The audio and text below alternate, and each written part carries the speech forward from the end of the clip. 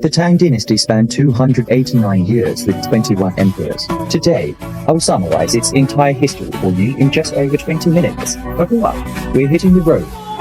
The founder of the Tang Dynasty, Emperor Taizong, was Li Yuan. A born genius, Li Yuan hit the jackpot early. At just 7, he inherited a title of Duke of Tang. Around the same time, his uncle Yang Jian overthrew his grandson to establish a new dynasty. Thus, the Sui dynasty was born. Young Li Yuan stepped close to Yang Jian, earning his uncle's deep affection. By the time Yang Jian abdicated and his son Yang Guang took over, Li Yuan had already become a big name in Chengshi. He planned to live a peaceful life as an official, with no thoughts of rebellion. But his cousin, Emperor Yang Guang, had other ideas. He mismanaged the empire recklessly.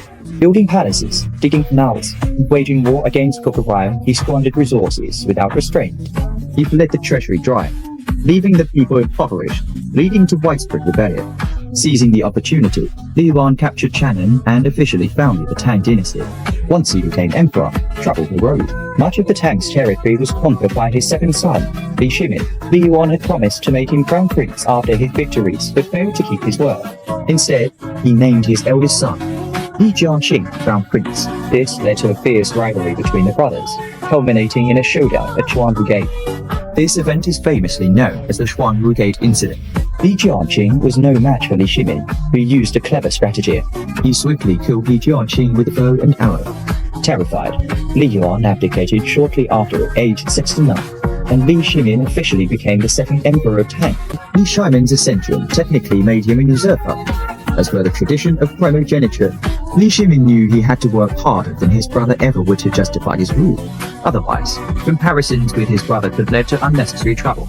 His first act as emperor was to pardon his former rival, Wei Zheng, bring him back to serve himself, while also heavily employing capable ministers Fan Shuling and Di Rui, these twin stars, as well as Ma Zhou, who came from humble beginnings, the stoic young warrior Jia Zhou, and others.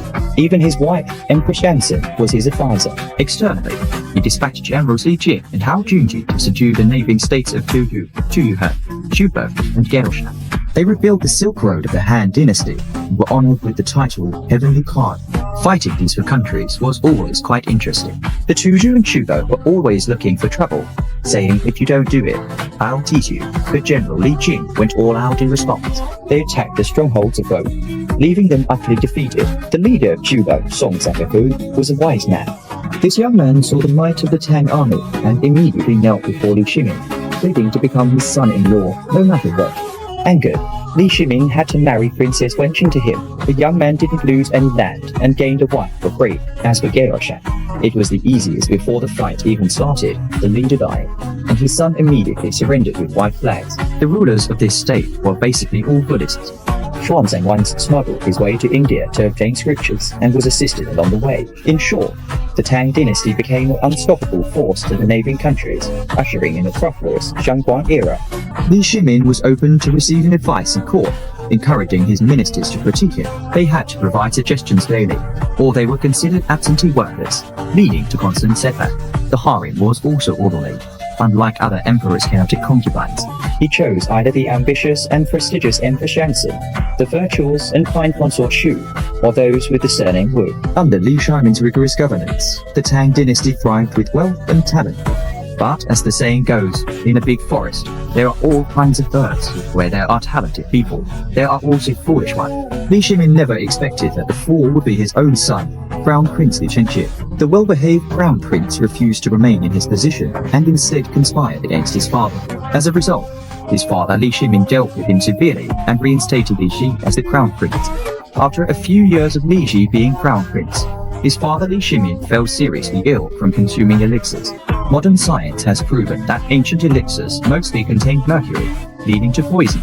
In the 23rd year of Zhenguan, the great ruler Li Shimin passed away at Liwei Palace at the age of 52. After Li Shimin's death, his son Li Ji inherited the throne, becoming the third emperor of the Tang Dynasty. Li Ji was somewhat weak in character, but was good at charming women. He wooed his stepmother, Wu Zetian, who later became the renowned Empress Wu Zetian. During Li Shimin's severe illness, Wu Zetian stayed by his side. Li Ji often visited his father in the palace, and over time, he and Wu Zetian developed a relationship. As a result, Li Shimin's illness did not improve, and the two became lovers. Although Li Ji and Wu Zetian were deeply in love, after Li Shimin's death, according to Li Ji's decree, a woman of Wu Zetian's status had to become a nun. So, at 26, Wu Zetian became a nun. However, the new Emperor Li Ji did not give up on her. After ascending to the throne, he quickly went to the temple to bring his stepmother Wu Zetian back. Upon returning to the palace, Wu Zetian tried, skillfully using her intelligence and strategies to quickly become the empress. Normally, the harem should not interfere in politics, but coincidentally, the Li Tang royal family had a hereditary condition, which with today's medical knowledge would likely be hypertension. The early symptom of his hypertension was dizziness. As a result, the dizziness later made it impossible to handle official matters, and in the quiet of the night, he could only consult with Wu Zetian, who was very talented. She could genuinely offer strategies to the emperor. Over time, Emperor Taizong became inseparable from her in his work, bringing his wife along to handle state affairs together in the court. This period is historically known as the Toussaint's reign. Later, everything was simply handed over to Wu Zetian, and thus all the power in the world was in her hands. By the late reign of Li Ji, Wu Zetian had become the de facto ruler of the Tang Empire. Li Ji truly loved Wu Zetian. At this time, watching his wife perform the duties of an emperor while only holding the title of empress made him pity her. He decided to help his wife once more. Gritting his teeth and pushing through, he passed away at 55, allowing Wu Zetian to successfully ascend to the position of Empress Dowager. In ancient times, being an Empress Dowager was the pinnacle of a woman's career, but Wu Zetian wanted more than that. She wanted to become the emperor. To become emperor, she needed her own supporters. Fortunately, Wu Zetian had Zhenguan to resolve issues internally and Renji to lead the charge externally. She also had two usable sons, Li Shan and Li Dan, both sons of Wu Zetian and Emperor Taizong. Wu Zetian first pushed Li Shan to the throne as emperor. He was regarded as Emperor Zhongsun of Tang. Then she found an excuse to dethrone him and push Li Dan to the throne instead, who became Emperor Ruzong of Tang. This entire process was manipulated by Wu Zetian behind the scenes, making the Li family's relatives and ministers unhappy. They brought in someone to write a peace call, rebuking Wu. The person who wrote this was Lu Binghua, the same who wrote Equoxin Tianji. This led to various rebellions, but ultimately Wu Zetian crushed them all, causing the Li family's power to decline. Taking advantage of the situation, Wu Zetian dethroned Li Dan and declared herself emperor. In 690 AD, at the age of 67, Wu Zetian declared herself emperor, changing the national name to Zhe. The Tang Dynasty was temporarily interrupted. Entering the Wuzhou period, Wu Zetian became the only female emperor in Chinese history. Politically, she had a solid governance system, was very open-minded, especially skilled in utilizing talents, and dared to employ anyone with ability. She also established the Wushu talent system, providing opportunities for talented individuals to rise. The most famous among them was Guo Ziyi, who started his military career through the Wushu system, and decades later, helped Wu Zetian's grandson, Emperor Xuanzong of Tang, to save the entire empire. Although Wu Zetian was a female emperor, she did not hinder the Tang Dynasty, maintaining the same prosperous state. In her later years, Wu Zetian worried about who to pass the throne to. What if she passed it to her own son? But her sons have the surname Li, and passing it down through generations would mean it remains the Li family's rule. Is it the Wu family's realm or the Li family's? If she wanted to pass it to someone with the surname Wu, she couldn't find an heir within her own descendants and would have to look into her maternal family. For example, finding a nephew from her maternal side to inherit the throne. The problem is that these people are too distantly related to Wu Zetian. At this time, Renji spoke up, saying, "You are the emperor. After your death, your successor should establish an ancestral temple for you." But have you ever seen a nephew establish a temple for his aunt? According to Confucian rules, one should worship their own father and grandfather. They wouldn't worship you. Upon hearing this, Wu Zetian realized it made sense and decided to compromise, as political charm lies in negotiation. While she was still hesitating, 5 ministers led by Zhang Jianji launched a coup, forcing Wu Zetian to decree that Crown Prince Li Shan should ascend the throne. This event is known as the Li Shan coup. At the end of 705 AD, the great Wu Emperor Wu Zetian passed away forever at the age of 81. She left behind Emperor Zhongsun and was titled Empress Zetian Dashing. She erected a monument without inscriptions. In her final moments, Wu Zetian chose to return to her position as Li Ji's daughter-in-law, erecting a blank monument for future generations to interpret. After Wu Zetian's death, her son Li Xian inherited the throne, and the realm shifted back from Wuzhou to Li Tang. Li Xian was a guy who was dominated by his wife. His wife, the fake empress, was also highly ambitious, influenced by his domineering mother-in-law Wu Zetian. He was determined to become a female emperor. It's not wrong to learn from his wife's exemplary role model. It's understandable to aspire to be a female emperor, but her methods were completely misguided. Wu Zetian diligently assisted Emperor Taizong and only achieved her position as a female emperor after making rational accomplishments. But this fake empress had wild ideas, wanting to take shortcuts to realize her dream of becoming a female emperor. So, she and her foolish daughter, Princess Anne, drugged and poisoned her husband, Emperor Li Xian. Li Xian never dreamed he would end up like this. He passed away at the age of 54. After poisoning Li Xian, the fake empress did not hastily declare herself emperor, but instead installed Li Xian's fourth son, Li Mao, as emperor. Li Mao was not the biological son of Empress Wei. Everyone knew this meant the era of a stepmother's rule had begun again. Empress Wei's actions directly angered Li Xian's sister, Princess Taiping. Princess Taiping and her grandnephew Li Longji conspired to eliminate the fake empress and her fourth daughter. Subsequently, with the support of Li Longji and Princess Taiping, Li Longji's father, Xian Huangdan, became emperor. He was regarded as Emperor Ruzan of Tang. However, this exactly matched the same. After external enemies disappear, internal strife begins. The aunt and nephew duo teamed up to eliminate the fake empress, working together like being in the same boat. After Li Dan ascended the throne, the situation took a drastic turn. The aunt and nephew not only fell out, but also engaged in fierce conflict. The reason was that Princess Taiping followed in the fake empress's footsteps, aspiring to become a female emperor. However, Li Longji was too clever and hard to control, so he decided to kill his nephew. Li Longji bravely took the initiative and eliminated Princess Taiping.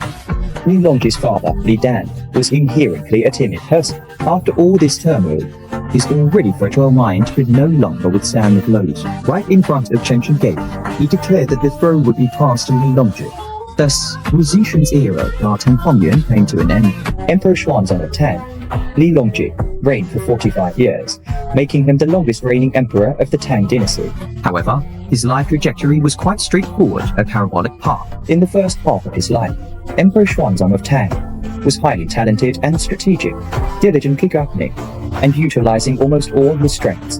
He pushed the Tang Dynasty to its peak. In the second half of his life, he quickly reverted to earlier times. The capable ministers from his first half, one after another, came to the forefront. Liao Chong contributed significantly, laying the foundation for the Kaiyuan prosperity. Song Jing succeeded him, furthering its development. The imperial tutor Zhang Yu rose again, reforming the auxiliary military system to a wooden soldier system. Virtuous figures like Zhang Juling were both talented and noble, speaking frankly and paving the way. The bright moon rises over the sea, and at this moment, we share the same sky as one of his poems. In short, during the first half of Li Longji's life, talented individuals surrounded him. He himself had a keen eye for talent and heavily utilized it, pushing the Tang Dynasty to the pinnacle of the world. Their GDP contributed to over half the world's total, attracting numerous tributary states. At that time, the Tang Dynasty was considered the second in the world, and no one dared to claim the first. However, Li Longji became arrogant, thinking his merits were complete and that he deserved to enjoy life without needing the Kaiyuan era. Thus, he changed the era name to Qianlao, which led to the downfall of his later life.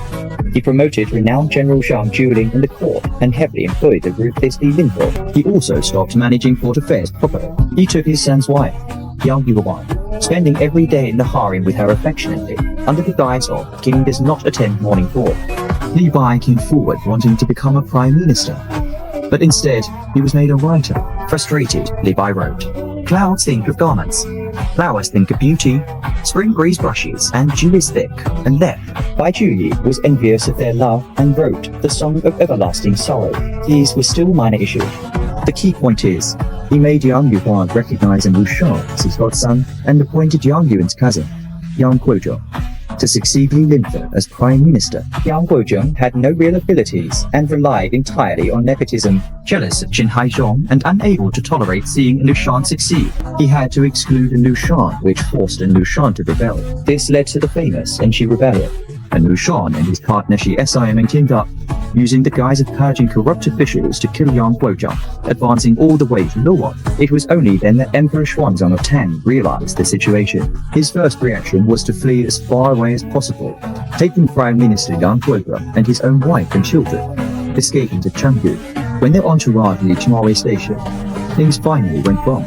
The Imperial Guards escorting the mutiny. To the soldiers, the Emperor and his party were like dogs without a home fleeing out of China. This was because Yang Guozhong had angered An Lushan, and An Lushan had ordered the elimination of the corrupt Yang Guozhong. Of course, the soldiers didn't know. It was just a political slogan.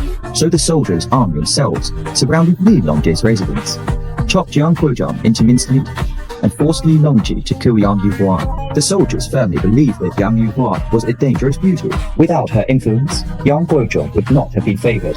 Without Yang Guozhong being favored, An Lushan wouldn't have attacked them. At that time, the soldiers had completely lost their sanity and might even dare to kill the emperor himself. In the end, Li Longji had no choice but to have Ji Liu Shili strangling Yang Yuhuan to death, which finally quelled the rebellion.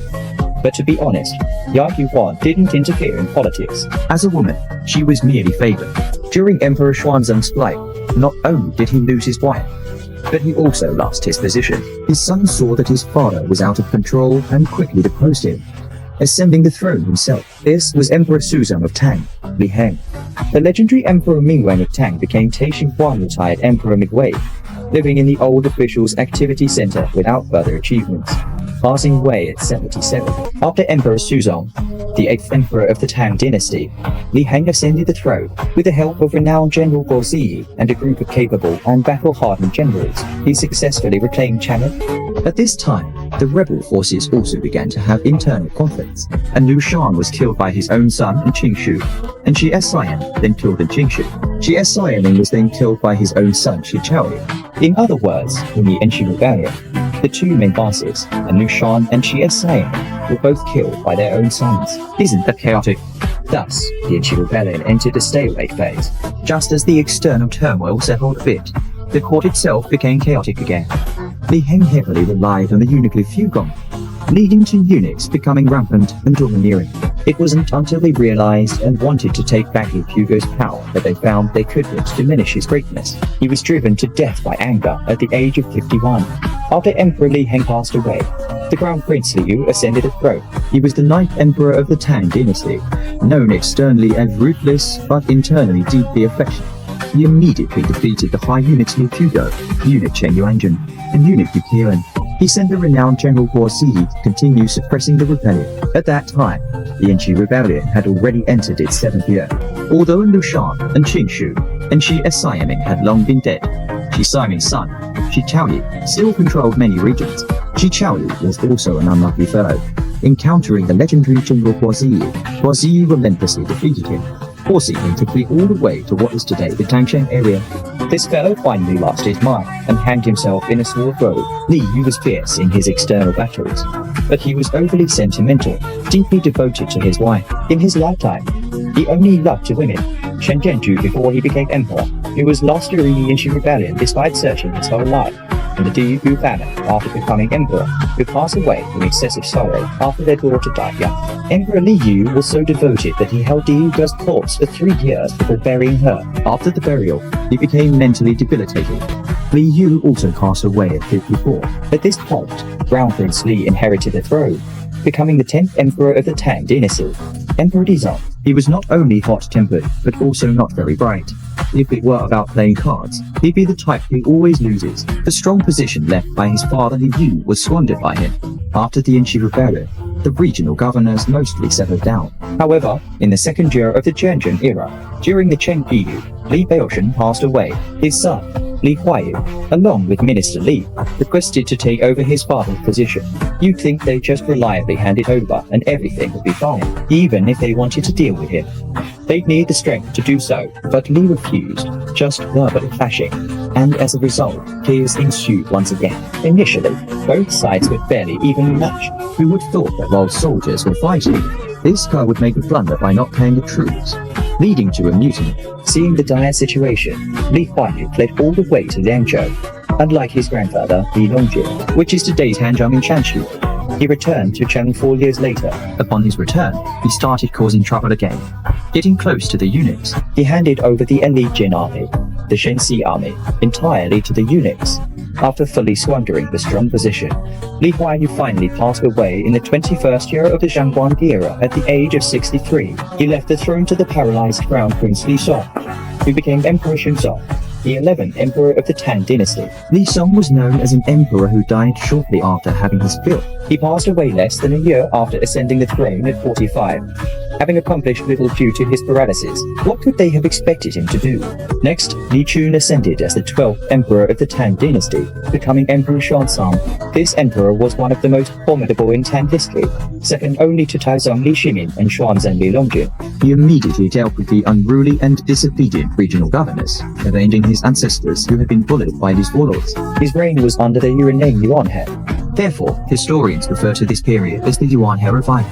Logically, such a formidable emperor would neither be easily scared nor easily deceived. However, the world is strange those arrogant and unreasonable military governors could handily chew, and a few Taoist priests managed to deceive him. He began taking the ellipsis crop by the Taoist priests, resulting in mercury poisoning. He died at the age of 42. After Li Chu, the Tang Dynasty was essentially finished.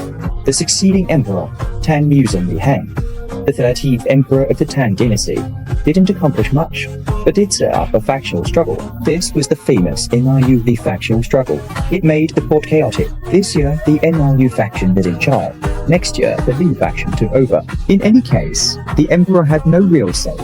Li Heng reigned for only 4 years before passing away at the age of 29. Succeeding him was Tang Jingzong Li Yongyan, the 14th Emperor of the Tang Dynasty. He didn't handle official matters, spending every day playing around with eunuchs, Fighting roosters today, playing soccer tomorrow. while he was having a great time. His most trusted eunuch, Liu Kemi, betrayed him by secretly having an affair with his beloved concubine Dong Shufei. More sadly, Li Shan ultimately died at the hands of Liu Kemi. He was only 17 years old when he died, without any children. After consulting with the eunuchs, Li Shan's younger brother, Li Ang, inherited the throne. He became Emperor Wenza, the 15th Emperor of the Tang Dynasty. At this time, the powerful chief eunuch was Qiu Shiliang. He was so arrogant that he could audience the emperor without an appointment and even carry weapons. Imagine if you were the nanny at home and made all the decisions, how would you feel? At that time, Liu Ang wanted to kill him, but accidentally exposed his plans, and was forced to flee by Qiu Shiliang. Qiu Shiliang barely escaped death and, regaining his composure, led the Shenxi army to slaughter over 1,000 officials in the palace in a single day. This is the famous Ganli incident in history. It is also the most deadly palace coup in Chinese history, in terms of officials killed in a single day. Li Ang didn't last long and died of frustration at the age of 31. Qiu Shiliang and Li Ang forged an imperial decree, allowing Li Ang's 27-year-old brother, to ascend the throne as Emperor Wuzong, the 16th Emperor of the Tang Dynasty. Li Yan truly earned the title of Emperor Wuzong. He immediately dealt with Qiu Shiliang and then quelled the rebellions of the regional governors. Externally, he also struck against the Yuehers who were constantly harassing the northern borders. However, compared to Li Yan's crackdown on monks and nuns, these accomplishments were minor. In just over 4 years, Li Yan demolished more than 40,000 temples, forced over 300,000 monks and nuns to return to lay life and support themselves. He reclaimed a large amount of land, significantly boosting the national treasury. Since Li Yan's era name was witching, this event is also known as the witching fever. In Buddhism, it's referred to as the witching persecution. The 4-year-long witching persecution left monks and nuns in disarray, while Taoist priests thrived. Emperor Wuzong Li Yan was so compliant with Taoist priests that he went from one extreme to another. Eventually, like his grandfather Emperor Xuanzang Li Chu, In his pursuit of immortality, he died from consuming the alchemical elixir made by Taoist priests. he was 32 years old. When Emperor Wuzong Li Yan passed away without children, under the eunuch's influence, his uncle Li Chun ascended the throne instead of his brother, becoming Emperor Xuanzang of the Tang Dynasty. Li Chun was not only the 17th Emperor of the Tang Dynasty, but also the first emperor in Chinese history to ascend the throne as an uncle. These eunuchs were truly unpredictable. However, in practice, having Li Chun as emperor was fortunate for the Tang Empire. He sent troops to defeat the Chugo-Tibetan Empire, regained control of the crucial Silk Road routes, and the Tang Dynasty experienced a bit of a resurgence. Historical records gave Li Chun the elegant title Emperor Taizong, They said he embodied the spirit of his ancestor Emperor Taizong. But who would have thought that such a wise emperor would ultimately pursue immortality and die from elixir consumption at the age of 49? After Li Chun died from taking elixirs, his son Tang Yizong Li Ji ascended the throne as the 18th emperor of the Tang Dynasty. Li Ji's ascension to the throne was also a result of the eunuch Yong Li's influence. At that time, the eunuch Huang Zongxi, who controlled the elite army, saw potential in Li Kui, a notorious rogue. He pushed aside opposition to install Li Kui, ensuring he could continue to hold great power. Li Kui indeed lived up to the eunuch's expectations, spending money like there was no tomorrow. For example, the wealthy Li Kui didn't require the groom to pay for his daughter's marriage, except for money and a house. All the palaces where treasures were used as dowries. What's worse, Li Chun, reversed emperor, was on Li Yan's anti-Buddhist policies. He was a devout Buddhist, and his greatest wish was to possess sacred Buddhist relics. He had a catchphrase: "If I can live to see the Buddha's relics, I'd be willing to die." Fortunately, the Buddha granted his wish. After 14 years of virtuous conduct, he passed away 4 months after receiving the sacred relics. Li Zetian fulfilled his promise, kicked off his shoes, and sword was put on a crane. He was 40 years old. Under the eunuch's maneuvering, the 12-year-old Tang Shizong Li Xuan inherited the throne, becoming the youngest emperor among those installed by eunuch Yong Li in Tang history. He was also the 19th emperor of the Tang Dynasty. Li Xuan himself was not a fool. He was proficient in arts, performances, sports, and mathematics. But due to his young age, under the guidance of the eunuchs, he gradually became a reckless ruler. He even amassed a lot of experience in gambling and similar games. The only thing he couldn't do was be an emperor. At this time, the Tang Empire was facing the threat of collapse as Huang Chao led a massive army sweeping towards Chang'an. In December the following year, the strong and well-equipped Huang Chao finally reached Chang'an and declared himself emperor. Emperor Shizong Li Xuan fled in a panic to Shu. If the dynasty's emperors had governed diligently and cared for the people like Li Shimin did, the Tang dynasty's historical narrative might have ended there. But the dynasty was nothing but deceitful and unambitious individual.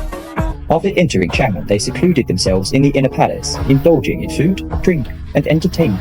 Soon, the Tang dynasty organized armies to begin a counterattack.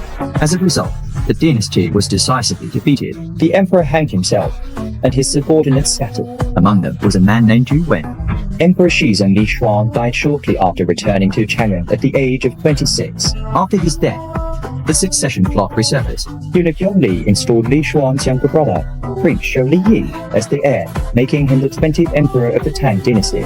As soon as Li Yi became emperor, many power-hungry experts emerged in the Chinese Empire. The two most powerful and ruthless factions were led by Zhu Wen, Li Qiang. Li Yi intended to reorganize the government and sought the assistance of Chancellor Si Yuyin. However, it turned out Si Yuyin was Zhu Wen's subordinate. They allowed Zhu Wen to lead his troops into Chang'an, capturing Li Yi and bringing him to his stronghold in Luoyang. Zhu Wen secretly assassinated the 37-year-old Li Yi and installed his 13-year-old son Li Chu as emperor. He was recognized as Emperor Ai of Tang. He was also the emperor of the Yuan state within the Tang dynasty. Zhu Wen killed Emperor Chaozong Li Yi, causing dissatisfaction among many Tang royal family members and officials. Consequently, Zhu Wen launched another massacre, eliminating all obstacles. Afterward, Emperor Ai Niju voluntarily abdicated the throne to Zhu Wen. Zhu Wen's way of thanking him was very simple: a cup of poisoned wine. Emperor Ai died at the age of 16 in the year 289 of history. The Tang dynasty, which had seen 21 emperors, came to an end.